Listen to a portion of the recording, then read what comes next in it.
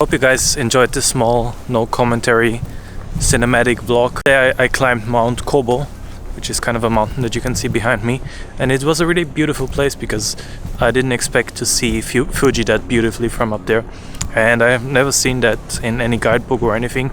But yeah, the views from up there were superb. Mount Kobo, if you want to try it yourself, is you can go there from Hadano station, which is on the Odakyu line, or you can also go there from Tokai Daioku Mae station, which is where I'm walking back right now. It's roughly maybe even like an hour climb if you go really fast and you don't stop constantly to take videos of yourself walking. It's probably gonna take you less than an hour to get to the top of the mountain, and from there up there you have really beautiful views, like over the surrounding basin all the way up to Mount Fuji. Really beautiful. Would definitely recommend as a kind of a hidden day trip, or if you're staying in Tokyo for a long time, if you're living here possibly, definitely come here because it's really beautiful.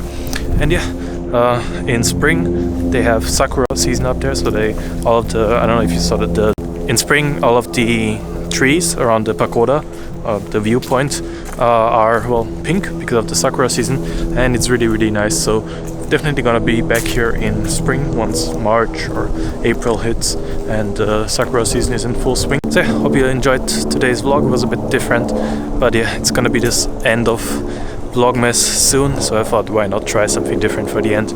And right now I'm just gonna walk back home. Gonna meet up with Julie a bit later. She didn't come with me because she was kind of lazy today and wanted to hang around with her mom, so I thought I'd let her off with hiking for this time. But yeah, I'm gonna meet up with her and then just gonna relax, because tomorrow I'm gonna go to the biggest kind of otaku anime convention in the world. Daily there's gonna be roughly 200,000 people. It's the biggest indoor event in Japan as well.